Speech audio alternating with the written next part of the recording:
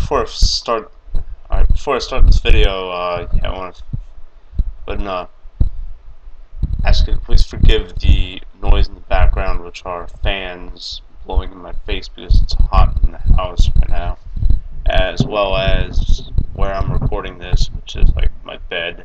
So I'm trying to get some sleep, but I can't. Um, as well as the lighting, which is piss poor because I'm using my dumbass webcam. Only thing I can really use to record longer videos. I can't even see my eyes in this shit. Alright. So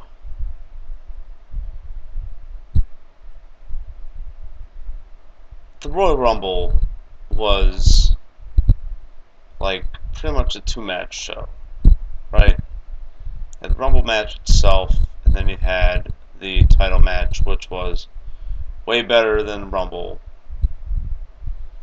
And it should have gone on last, but it didn't. That's fine. So WWE decides to put out, instead of the Elimination Chamber, which usually, okay, traditionally, or at least for the last 5 years, phone call.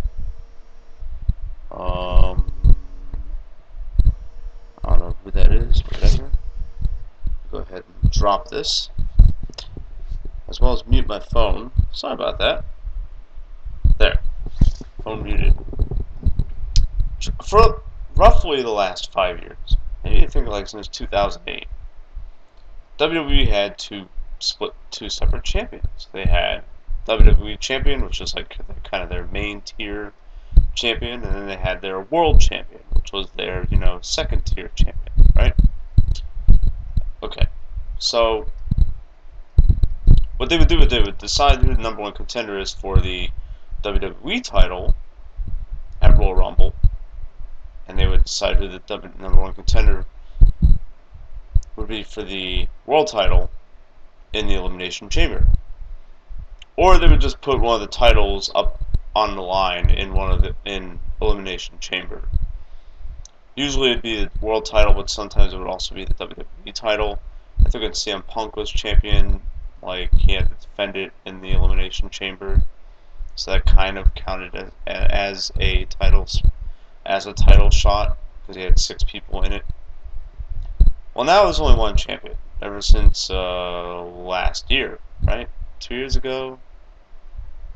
When were the titles unified? TLC 13 or TLC 12? It was at one of the TLC pay-per-views. So now there's no need to have two separate number one contenders for two separate titles. Don't need them. Thus, WWE just says, "Oh, but we can't go 2 months without a pay-per-view because for some reason WWE likes to put out a pay-per-view a month, which for some reason it's the stupidest thing in the world. It is the stupidest idea."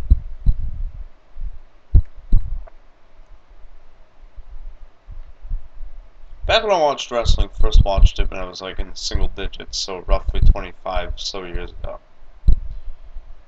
And there were only like 4 to 6 pay-per-views a year. And then, there wasn't even much TV. All the TV was taped. The Saturday night main event was peppered in. Did roughly maybe 20 Saturday night main events a year. That's how WWE is now. That's how it's been for the last, we'll say, decade. Don't need to compete with another wrestling company because TNA Wrestling, they haven't been relevant for the last 8 years. Even when they were at their top, even when they were kind of relevant, they weren't doing much compared against WWE in forms of ticket sales and pay-per-view buys. So I don't understand why WWE has to keep doing pay-per-views and oversaturating. That's why they released their network. That's why I literally only paid $10 a month for it for pay-per-views, because that's all they're worth. I think I've said this numerous times. And Fastlane was no exception. This was a Sunday Night Raw in every aspect of the term. It was exactly like it. You had promo segments, you had the first like few matches were just like you didn't need to see them. I nearly fell asleep for the first half of this pay-per-view. Special event, whatever the fuck they're calling it, for Fastlane.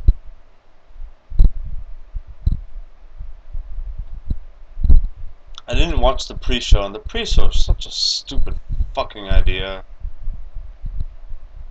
Who? What? No. Apparently the pre-show was a Miz TV segment with Paul Heyman. What did you think Paul Heyman was gonna say in it? Heyman just, I guess, I don't know. From the seconds of it that I saw, Heyman just kind of went, "Oh, Brock Lesnar is gonna beat either one of the two guys at WrestleMania, either Bryan or Reigns. Doesn't matter because Lesnar's just gonna kick any of their asses. Put whatever you want for Brock Lesnar. He already proved that he was like some kind of superhuman cyborg machine at the Royal Rumble, which he kind of proved that. It took like a 10-foot freaking flying elbow from Seth Rollins through the announce table, coast to coast, to floor him after like 30 minutes straight of fighting. It was insane. There's rumors flying around that he's going to stay until after WrestleMania, which I'm going to talk about later on. So, yeah, so whatever. Pre-show, big deal. So, first match. So, I believe Ryback, Dolph Ziggler, and Eric Rowan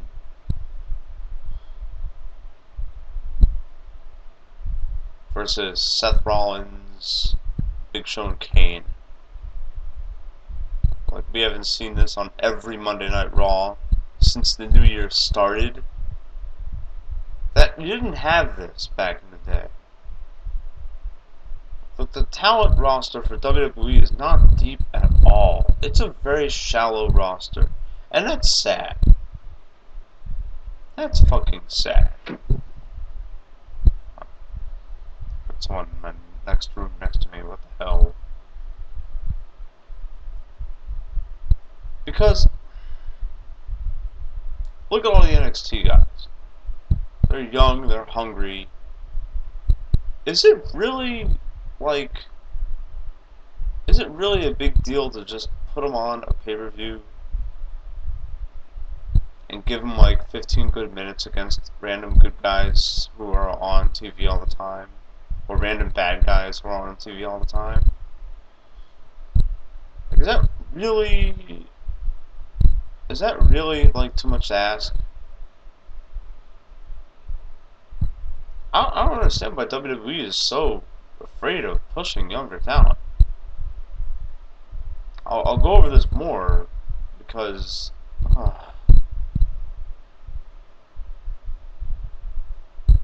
alright. So it's just like a regular match on Monday Night Raw. They do whatever they do, whatever. It's not even worth going over it spot by spot because I didn't want to see it in the first place. No. They could have like done some. I don't know what they could have done in place of it. They could have done some dance off between Adam Rose and Fandango for all I care. Even that would have been mildly entertaining, I guess. Or Adam Rose versus the rabbit thing mascot furry who dances with him. Now I'm going to get hate from furries because I called Adam Rose's bunny rabbit thing a furry. Which it is. In every technical definition of the term.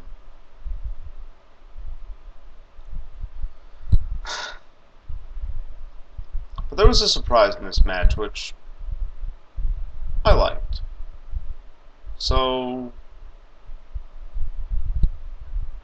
I think Rollins' team loses, but they throw like Eric Rowan or something out of the ring, and they beat up Dolph Ziggler and Ryback and everything like that. All three of them are doing this, and then Randy Orton comes back, even though he should have come back a month ago at the Royal Rumble. But whatever. I don't understand why Randy Orton didn't come back at the Royal Rumble. It would have been so much better, but he comes back tonight. But he comes back at Fastlane, and he beats the shit out of Seth Rollins. Beats him up, throws his Money in the Bank briefcase, takes it from Rollins, and then just throws it somewhere or whatever. It was pretty cool. It was cool. I guess Randy Orton's a good guy now. Okay. I guess. I mean, if they're gonna put him up against Seth Rollins, then why not? You could do a program with Seth Rollins for the Money in the Bank, possibly. Who knows? That'd be nice, wouldn't it? I would not mind seeing Randy Orton being two-time Money in the Bank holder. I've always been a Randy Orton fan for the last 10 years, so why not? I'm a big Orton. I've always been an Orton fan. And it was work. Put on a good match. 2009, he was one of the best bad guys I've seen since fucking Raven, for crying out loud. That's saying something. Anyways. Forget what match comes on after this. I don't really remember. I'm just gonna go from what I remember, specifically in the pay-per-view. The Usos versus Antonio Cesaro and Tyson Kidd. Really weird team-up of Cesaro and Kidd, but I actually didn't mind that because, once again, I'm going to keep comparing this to wrestling when I first started watching it in the early 90s and late 80s, because if wrestling can return to that form, then they have a good shot of being entertaining again.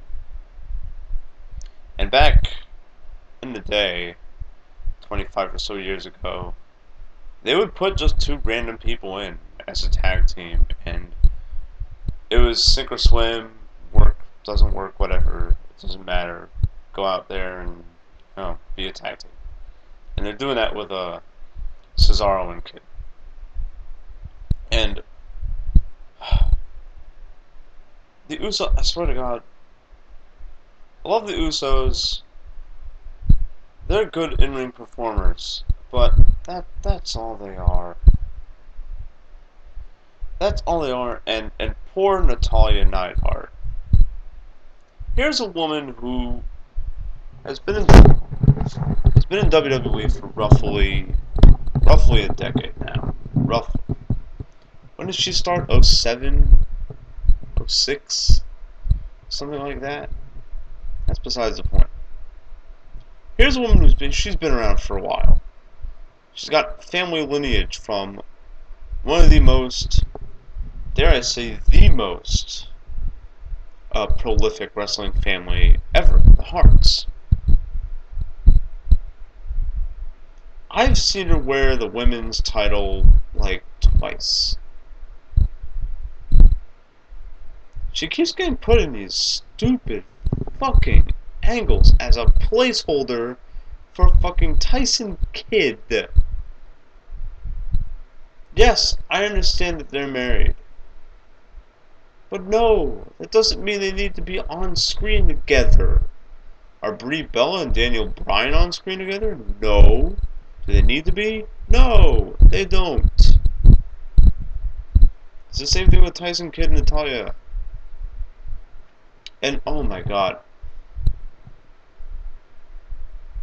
So, to accentuate the feud between the Usos and Cesaro Kidd, they go back to this restaurant where apparently they have like a double date night or whatever because one of the Usos, I guess, is hooked up with Naomi, former Funkadactyl fame, who, admittedly, she's a good athlete, but that's about all she is. And you were clearly able to see this in this. Oh my god.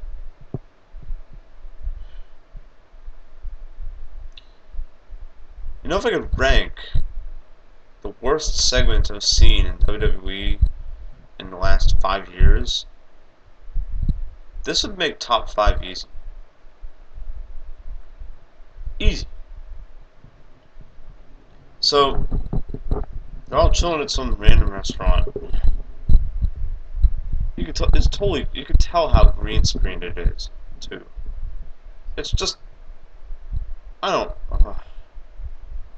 And I guess everyone's we're just chilling, whatever. And Tyson Kidd kind of disses. I think this is like one of the Usos, or this is Naomi or something. And one of the Usos, it was one of them, whatever, Uso 1 or Uso 2, like says, oh, you shouldn't have said that. Like I'm trying to enjoy like double date night with you and with you and Natalia because I like what Natalia does and whatever. And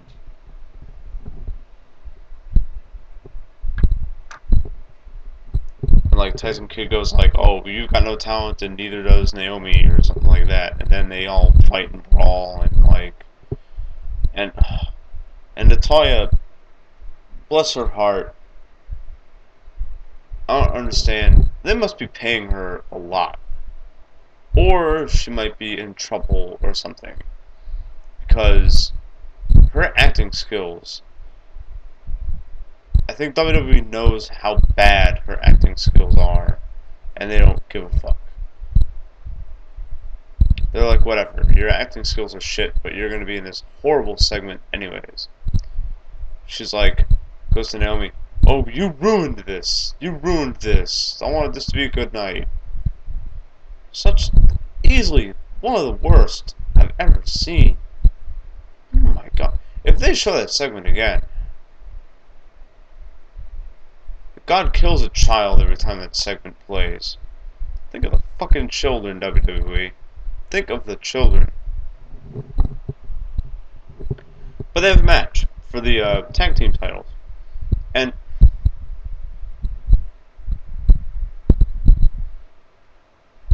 I watched Spoonie. I've watched him for a while. And I just got started watching him again. I didn't know he was doing wrestling reviews again, and I kind of do my reviews the way that he does his. And he said something very interesting when he reviewed the Royal Rumble last month. He said that the tag team division it's over. There is no tag team division. It's like 4 teams going against the title all the time. And every team just interacts and wins and loses against one another, and their records are nearly 500, split down the middle. So what's the point? But where's the dominance? It's true. And so the Usos lose their titles again. They're gonna win them back at WrestleMania. We know this. And so Tyson Kidd and Antonio Cesaro are now tag team champions. Yay! I guess. Even though Tyson Kidd, for being a member of, I think we're a member of the Hart family, well, kind of now, because he's married to a Hart.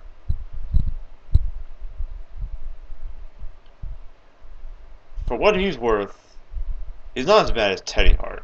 I don't think anyone could be as bad as Teddy Hart. But he's no Brett. He's no Owen. He's no Anvil.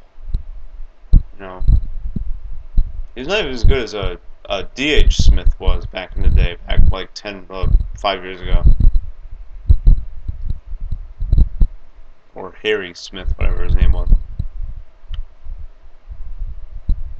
He's good in the ring. Good worker. But for his name, for his legacy, he is not great. Antonio Cesaro should be Intercontinental Champion. But for some reason, and I think he's still getting punished for saying that John Cena wins all the time, or that, that Roman Reigns wins all the time, or whatever.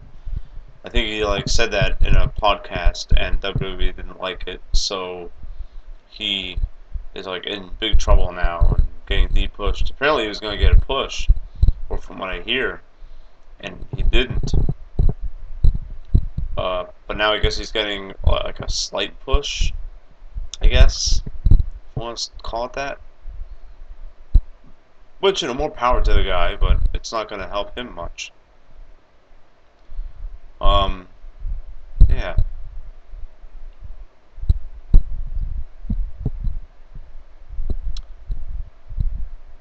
So yay. Tyson Kidd and Antonio Cesaro, tag team champions. One of them will go against one of the Usos tomorrow on Raw. Or tonight on Raw, rather. I'm recording this on Monday. And, it's not going to mean anything. It's very hard to get behind a roster that isn't deep. Especially something as shallow as the tag team roster, which is not deep in the slightest. And that's a very sad thing, because years ago, tag team division it meant something. It was the Rockers, it was the Midnight Express, it was even in the 90s. You had the Headbangers, you had DX, you had a whole other here and gone tag teams, which you didn't know them because you didn't need to. So it was just two guys thrown together, and if it worked, great. If it didn't work, well then throw another guy with the other guy, and then have them try and do a tag team the next week, or on the next TV show, or next house show. That's how tag teams were back in the day. It was very experimental. WWE has a talent roster, like I said. Got some NXT guys up there. The Ascension. Where the fuck were the Ascension? Right? And the Vaudevillains on NXT. There's a lot of guys out there on NXT who are begging and vying for a spot on TV for Monday Night Raw and SmackDown and other televised stuff that WWE has. You can use them to fill in the spots for your tag teams. I'd rather have a tag team roster that is 10 teams, 7 of which are comprised of just random people, just random this guy and guy A and guy B, and they don't really know one another. There's no bromance, Instead of 4 teams with all 4 of them being having a connection. You know what I mean? That's just my opinion on the tag team division in WWE. What Spoonie said in his Royal Rumble review was right. There don't need to be tag team belts, especially if there's less than 6 teams who are eligible to win said tag team belts. It's totally not necessary. Another thing that isn't necessary is seeing Dusty Rhodes. How many times? Okay.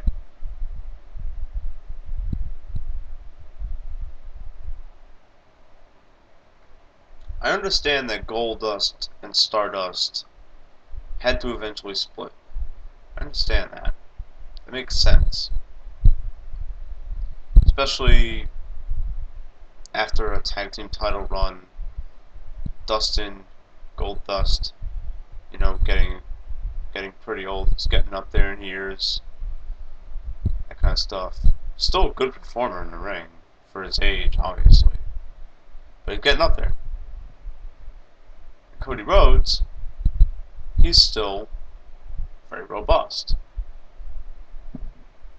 And not only is he robust in the ring, he also has found a really good, after nearly 7 years of being in WWE, he's finally found a gimmick, a character that works well for him. I was never a fan of dashing Cody Rhodes or masked man, nose mask Cody Rhodes. Legacy Cody Rhodes, I felt was just like some guy in trunk, some guy just like who like just happened to be a part of a wrestling dynasty. I was like, well, because I'm descended from the Rhodes family, you have to take me seriously. Like, I never got that vibe from him. You know what I mean? But he's talented, obviously. But he just hasn't had a character who is who fans can appreciate. He's always just been, hey, Cody Rhodes. But now he is, and I'm not gonna lie, he's one of my favorites at the moment. He is, and I'm gonna do the sign thing. Stardust. Yeah. I love that about him. It's awesome. And yes, it is almost like a passing of the torch from Dustin Runnels to Cody Runnels. And you know what? I like that. I like that a lot. They did a match together. And for the match, and I like the interaction. I do. I like the interaction between Dusty Rhodes and Dustin. Okay? Virgil Runnels and Dustin Runnels. I'm just gonna call him by the wrestling names. Dustin goes to Dusty, look, I'm gonna beat Stardust so bad that he doesn't want to be Stardust anymore, that he's just gonna return to being Cody Rhodes. That to me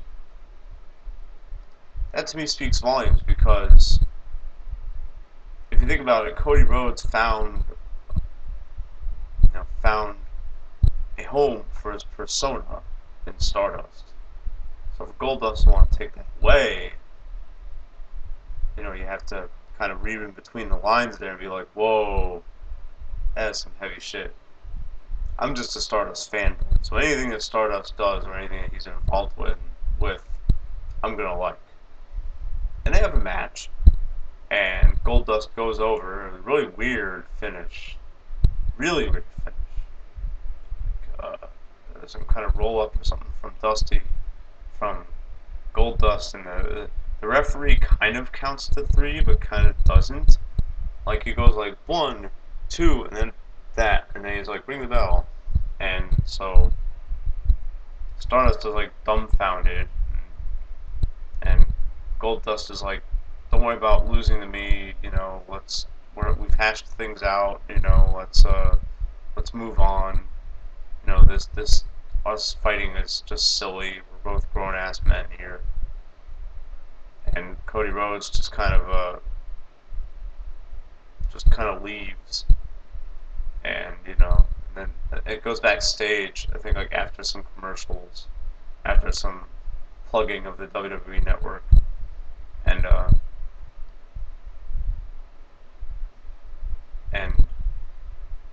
like Dustin and Dusty are both talking backstage.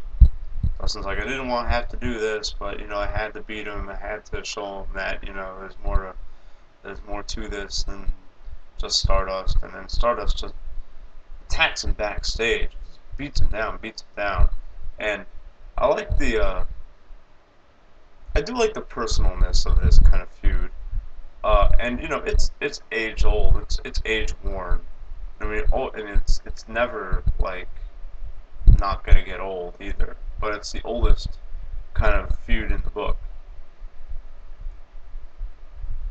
But the way that Stardust says, no, don't call me Cody Rhodes. I'm Stardust. Cody Rhodes is dead. You killed him. Like, that was kind of cool. It's really cool that Stardust is coming into his own now. kind of character, I mean, you can't like, he can't like hit on guys anymore like Stardust did for like the first like 5 years of his gimmick, but or Goldust did, my bad. Goldust did that for the first 5 years of his gimmick, where he'd like hit on, he'd be in a match and he'd like hit on the other guy and like grab some guy's crotch and stuff like that.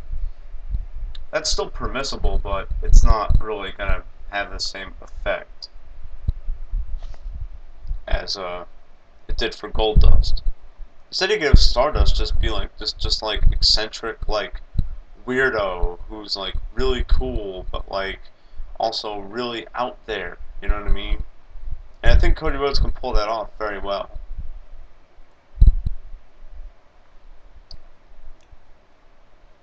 So I like this match, and I like the program that they're going to be in, because it's going to be a really good program, and it's going to help both of them. And you know, if if Dustin is approaching retirement, then you know what better way to pass the torch than to lose to your brother, your blood brother too, brother by blood, and also carry on the Dust name. You know what I mean? Alright. And, okay. Next thing that happens, I'm going to go into a rant here. And I don't want anyone watching this to take this the wrong way. It's like I said, I'm going to keep referring back to the way things were when I was a child, when I was in the single digits in age. I watched Sting when he was still the surfer guy. When he had face paint, but wasn't that much. He had the bleached blonde hair, and he was just like, he was just really cool. You know what I mean? And he was just, he would beat Ric Flair, and he would beat these other guys, and he was just a really entertaining wrestler to watch. That was 25 years ago.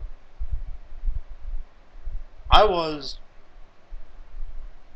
8, 7. I was 8. Because I love math.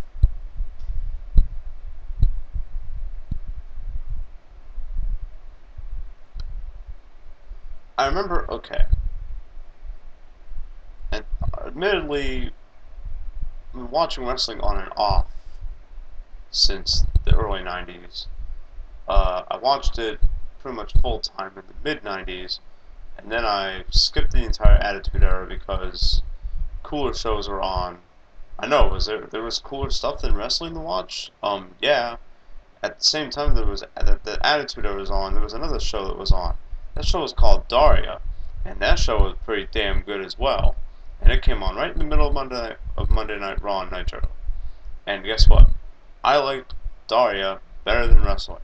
Yeah, I'll admit that. I still knew who was a major player. I knew who Steve Austin was, and I knew who The Rock was and stuff like that. I saw Chris Jericho's debut, and I was like, holy shit. You know, I knew these kind of things. Sting to me,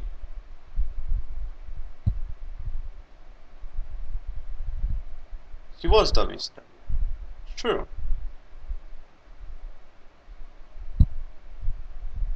But I don't think it was WCW by choice. Here's what I mean by that. WWE in the 90s was gimmicked out like crazy. I was watching a episode of their countdown thing they have on WWE Network.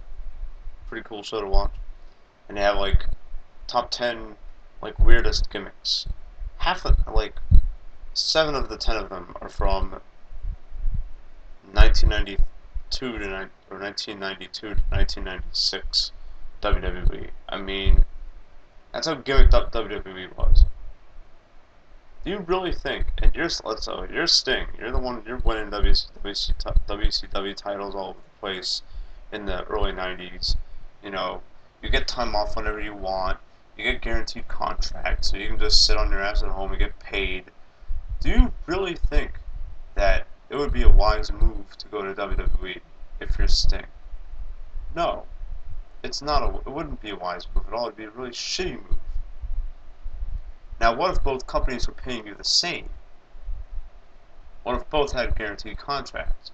Or what if both were or what if both were, uh, pay to show, or show up to get paid? What makes you think Sting wouldn't go to WWE in 1995 if that were the case? WWE's always been a bigger company than WCW. Always.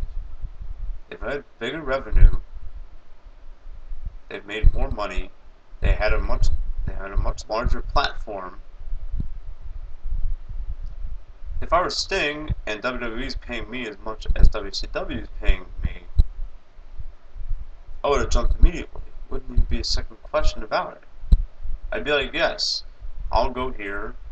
Okay, I can stop being Sting and I can be, like Psycho Steve Borden, and I can team with Psycho Sid, become the Psychos, and whatever, and that'll be cool. I wouldn't mind that. There's not much pride when it comes to wrestling for a group, for an organization, as much as people would like to think. The only exception for that is ECW and XPW and CZW and the other extreme hardcore organizations, because they're performing to under 1,000 people per venue. They don't have they don't personal pride in an organization that's small will destroy the organization. Personal pride and personal respect, self-respect, well, not self-respect, and and putting yourself first. Not only is that permissible in a bigger company, it's also necessary. That's why when Triple H was saying, "Oh, Sting, and yeah, they're doing the contract signing, pretty much the contract signing for their WrestleMania 31 match. That's why when Triple H was saying, and Triple H did all the talking, which I felt was fucking stupid as fuck. That's just my own opinion. So when H was saying to Sting, look, you were WCW, I was WWE, I don't buy it. I don't buy it at all. Because if the incentive was great enough, it could have been reversed. It could have been reversed easily. Triple H was locked down to very long-term contracts in WWE, as was Sting. Who's to say if they were on a shorter contract, or a date-by-date contract, which a lot of them back in the day were? Brock Lesnar is a date-to-date contract. Show up for the second date, this first date, okay, cool. We'll give you these amount of dates. Choose the ones you want to work. Okay, you've chosen these ones. Cool. Show up there. If not, you get fired. That's how Brock Lesnar is. That's why you only see him once every, 3 months. Because that's what he chooses. That's why I don't buy it. I didn't buy it at all. I also don't buy the fact that I also don't buy the delusion that lead bookers or Vince McMahon or Triple H or Stephanie McMahon, whoever the fuck is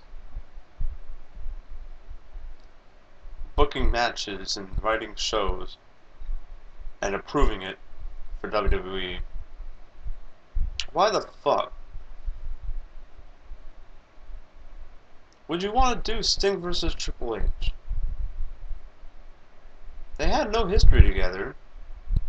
You can't even dig up like podcasts and dirt sheets from like a decade ago or 15 years ago, like where Sting goes, oh, you know, Triple H, he was an asshole in WCW when he was Jean-Paul Levesque, you know, and you can't even dig that stuff up. Maybe you can. I certainly haven't found anything, and Lord knows how many podcasts in wrestling there are and have been for the last 25, 30 years.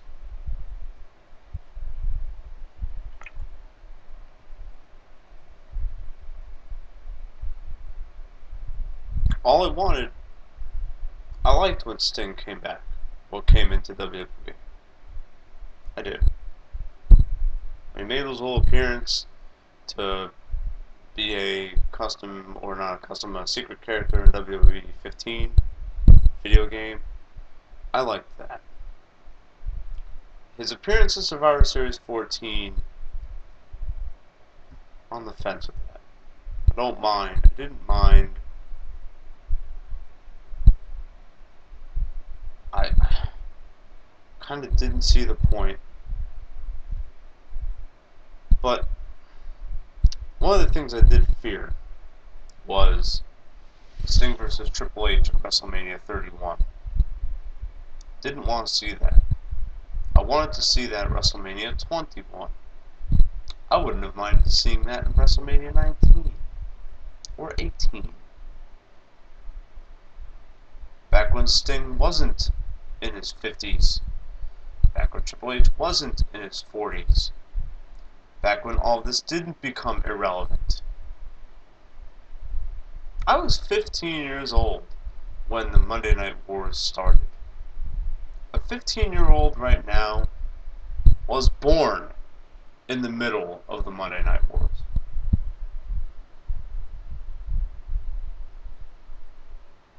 Let that sink in just for a little bit.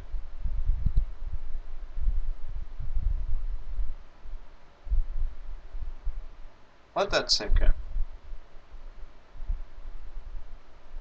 If I ask a common high schooler, yo, do you like wrestling? He goes, sure. I go, okay. Name some of the legends and greats of wrestling.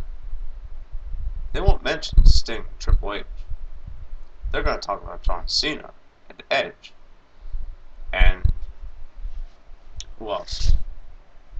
And maybe even the Big Show or Kane. Or they might even mention CM Punk.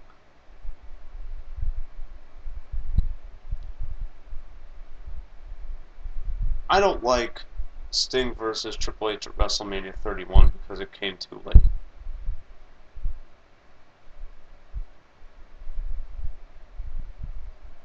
They're both excellent performers. They both were excellent performers. But now, they aren't anymore. Anyone who's watched TNA wrestling in the last 5 years knows what I'm talking about. He had to reinvent his character to resemble the Joker because he thought that he was being stale bred, and you know what? He was.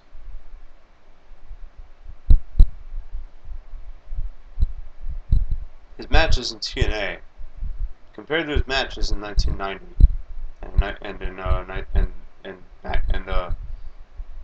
during the Monday Night Wars, were fucking horrible.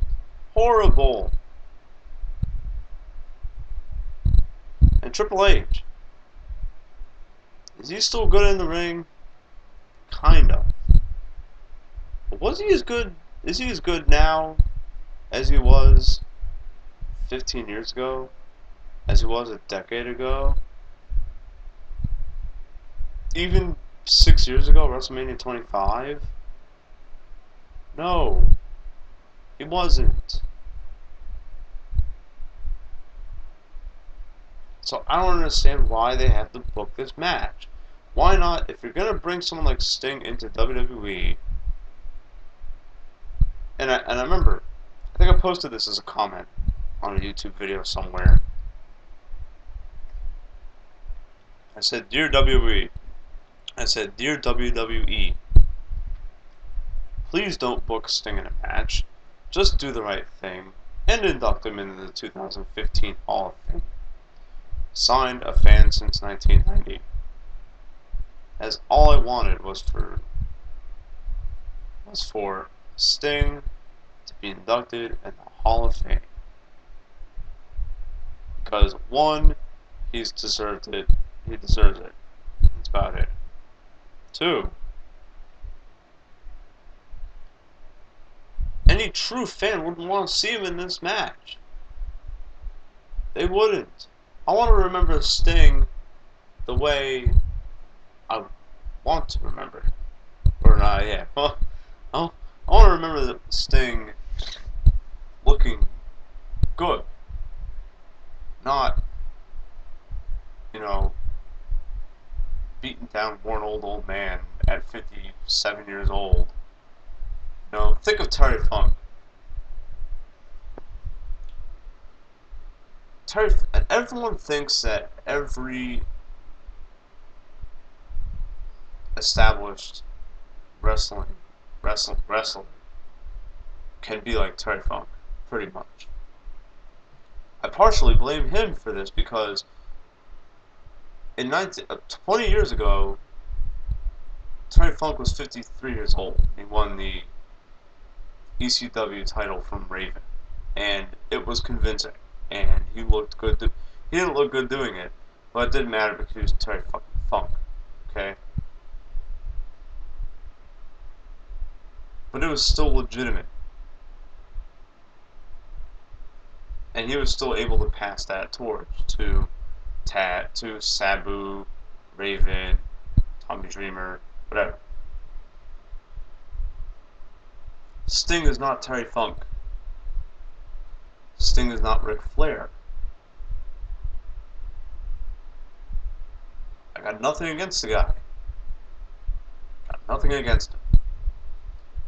But I did not want to see him booked in a match at WrestleMania. It broke my heart. Seeing that segment, it broke my heart. I didn't like it. I saw that that Sting versus Triple H at WrestleMania 31. I was like, this sucks. This sucks. After that, they have a Divas match. Who cares? Moving on. After the Divas match, and let me talk about the Divas for just a few minutes or so. Divas match. Divas also. And I'm sounding like an old fart here. I really am, but I just. There were better times for the tag teams. There were better times for the Divas. And these Divas are attractive. They're athletic.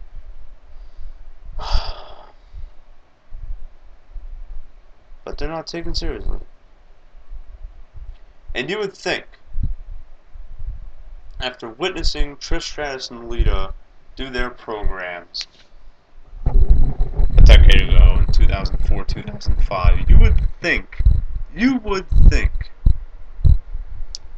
that, okay, we have Natalya, we have Paige, we have Naomi, we have Bellas, who admittedly are not athletic and they're not really the best performers, but they can drop the microphone. That's important because a lot of divas cannot do that. I'll balance things out. All the girls in NXT. I don't know if AJ Lee is still wrestling, but you have her. WWE dropped the ball big time when they let Caitlyn leave. Caitlyn was one of my favorites. I was like, wow, this is a new fucking Beth Phoenix. And when Beth Phoenix left, I was actually heartbroken that too. WWE has dropped the ball on Divas for a long time. And I can't figure out why. I really can't. And so they also dropped the ball on this match. This match sucked. Paige versus Nikki Bella for the title, for the Divas title. Paige doesn't go over. Nikki Bella goes over. Nikki Bella is like her bestie again. I just can't. I don't care. And when you don't care, that's when you just start to ignore things. Maybe you shouldn't be ignoring. That's sad. Very, very sad. But not nearly. This pay-per-view wasn't bad. It was just the setup for the matches at WrestleMania that were bad. The Undertaker's music starts playing after the Divas match. I know it's not going to be the Undertaker because there haven't been any, hasn't been advertised to show up anywhere. And usually, for the last 4 years, there's always been like, oh, he's coming. Here he is. And it's like a 5-week process. Undertaker's music plays, the Druids come out, all these things come out, and they wheel a tombstone. Guess who's in the goddamn tombstone? Bray Wyatt. Guess what he does? He challenges oh my god, he challenges the Undertaker for a match at WrestleMania 31.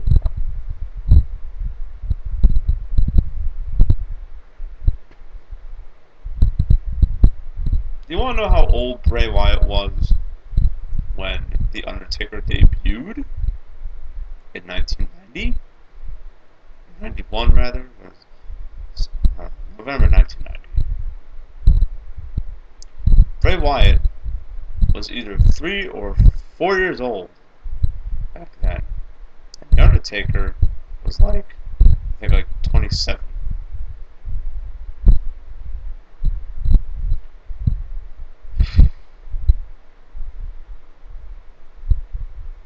The Undertaker is virtually twice as old as Bray Wyatt. And yet, judging from what I saw at Fastlane, they're going to have a match at WrestleMania.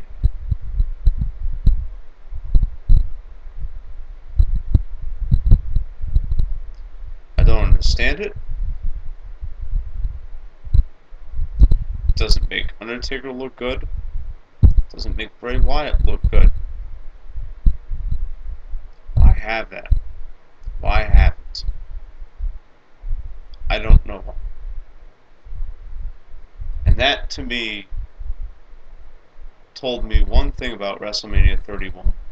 And that is that it's going to be a very experimental pay-per-view. It's going to be like WrestleMania 9. It's going to be like WrestleMania 11. It's going to be like WrestleMania 15. In that it's going to be a very shitty WrestleMania. Sting versus Triple H. Bray Wyatt versus The Undertaker.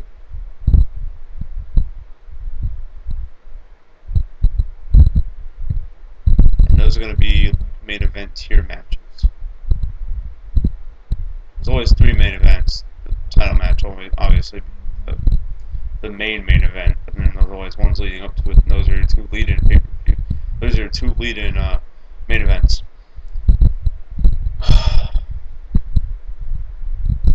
Well, last year's WrestleMania was good. This year's WrestleMania is gonna be fucking piss poor shit fest. It's gonna suck ass. It's gonna be awful. Here's another reason why it's gonna be really horrible. I'm a Rusev mark. I am a fan of Rusev. I thought he should have won the Royal Rumble because Rusev versus Lesnar would sell tickets like fucking hotcakes. Because they have two similar styles, just come at the other guy and kill them until they die. They both use submissions. They both fight. They're both like, they both have the cage fighter persona, like legitimately, and on wrestling. I mean, Rusev, he does matches barefooted. You could easily have both of them do a match barefooted, and it would actually look like a mixed martial arts match taking place in a WWE ring. That would be fucking sweet. So Rusev didn't win the Royal Rumble, even though he's the last one in after getting taken out by Reigns. That's fine. So now he's going to feud with John Cena for the United States title. And yes, he defended his title successfully. That's fine. I'm glad. It was a good match. They both put each other over very well. John Cena's still a good performer even though he's pushing 40. That's fine. I don't care. I'm a Cena fan as much as I am a Rusev fan. Why am I a Cena fan? Not because of his gimmick and stuff like that. It's because he's a good performer. He puts on good match quality for a limited skill set. Do you know what that means? It means you can tell a story no matter who you're going up against. Rusev wins now. What do you think's going to happen at WrestleMania? Rusev's going to fucking lose on the grandest stage of them all. And then, do you remember Vladimir Kozlov? He was another Russian guy who WWE was like, oh, this is going to be, some crazy Brock Lesnar destroyer guy.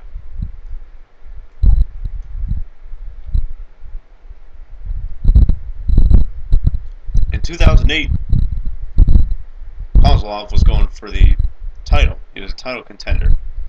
3 years later, he's dancing with Santino Marella. What do you think's going to happen to Rusev in 2 years? Yeah. Get ready, Rusev fans, for the fall of Rusev, starting at WrestleMania 31. I can't wait. And by can't, I mean can.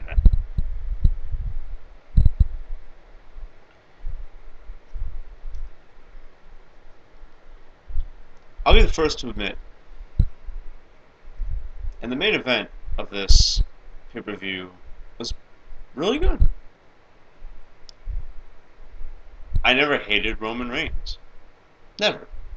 I never hated him. He didn't deserve to be booed out of the building at the Royal Rumble. Nope. Not at all. Not at all. The right guy didn't win Royal Rumble.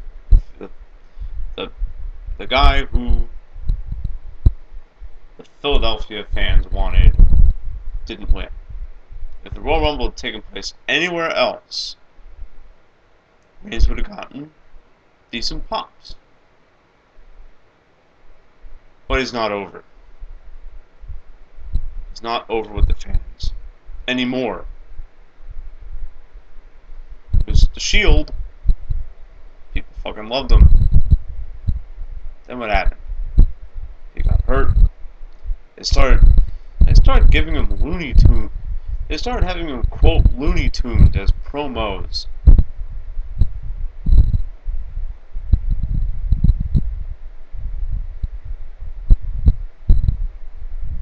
The guy who has like long jet black hair, has a really good physique, is quoting Daffy Duck. What? And that's why fans hate him. Because he has scripted promos. Scripted promos equal shitty reactions and almost canned heat, really. If you want to, like, go too try hard with it. That's why the New Day is kind of canned heat, because they're so try-hard that fans like can see right through the bullshit.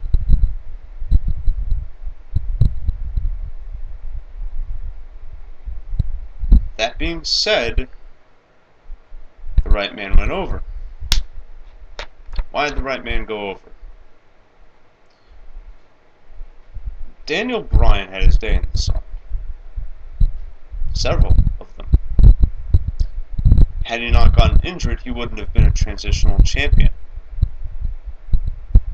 WrestleMania 30, his win, his title win at WrestleMania 30, if you try to repeat that,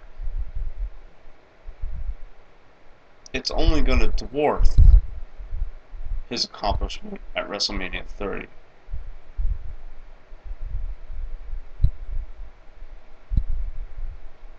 And the proof of that is,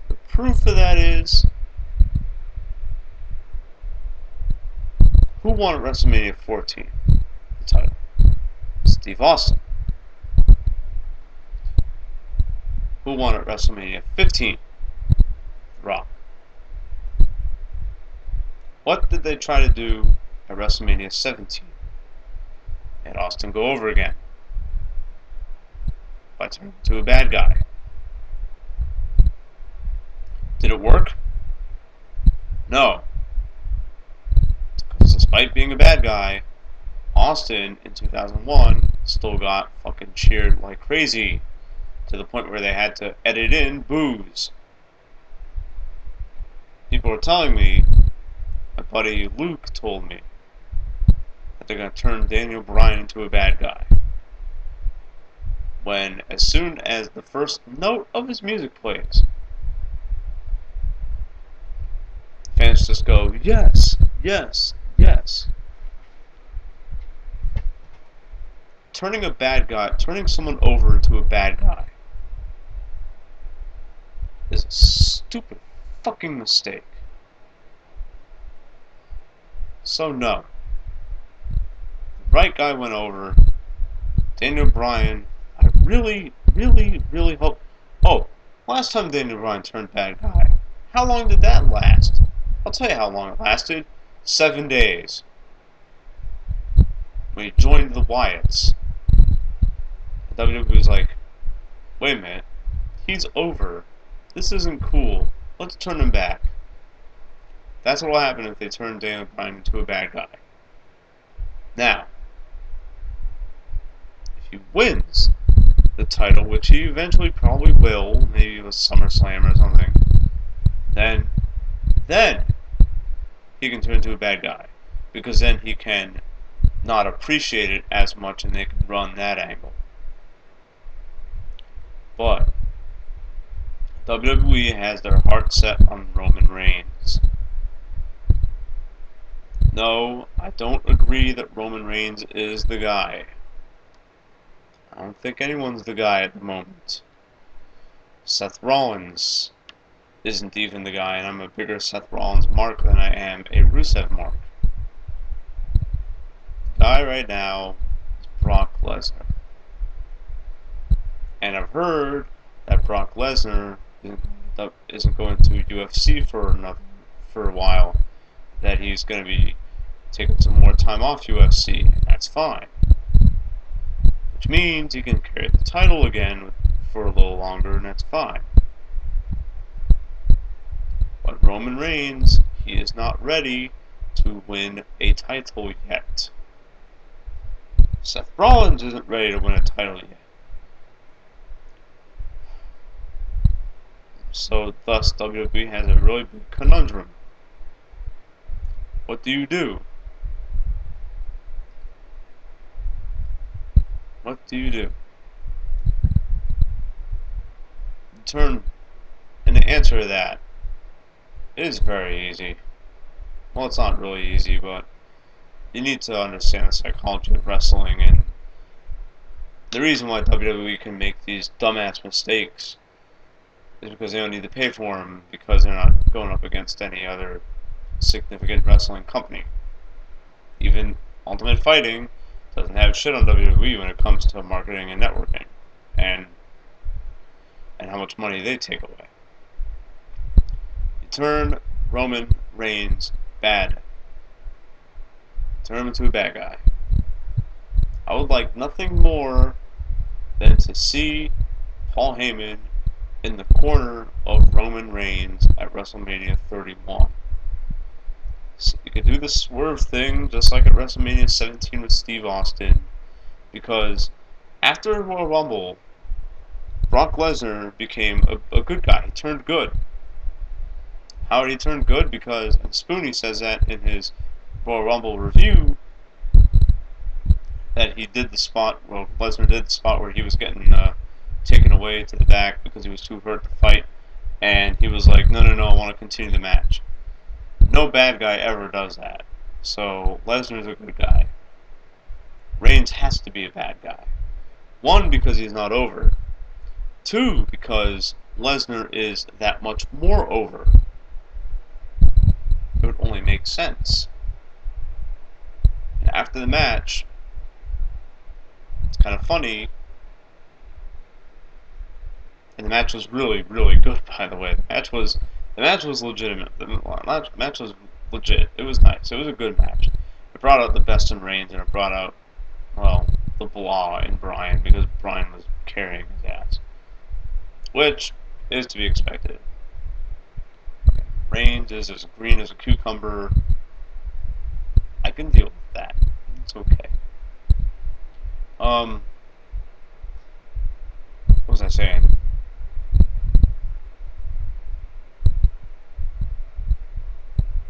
It makes sense for Reigns to turn into a bad guy because he's not over yet.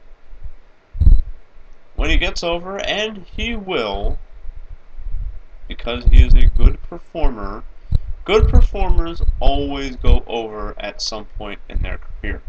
Look at Kurt Angle. Okay? Here was a guy come in, first couple of years, was like, oh, I'm the American hero, and I'm better than you. All of a sudden, he has a good match against Chris Jericho or Chris Benoit, and all of a sudden, people fucking love him. That's how it was with Brock Lesnar. All he did was put on good matches and beat people up, and people like, you know, it's kind of cool when he beats up somebody, even if they're a good guy. I'm gonna boo the good guy and cheer for Brock Lesnar. That's how Matt Hardy turned heel back in 2002.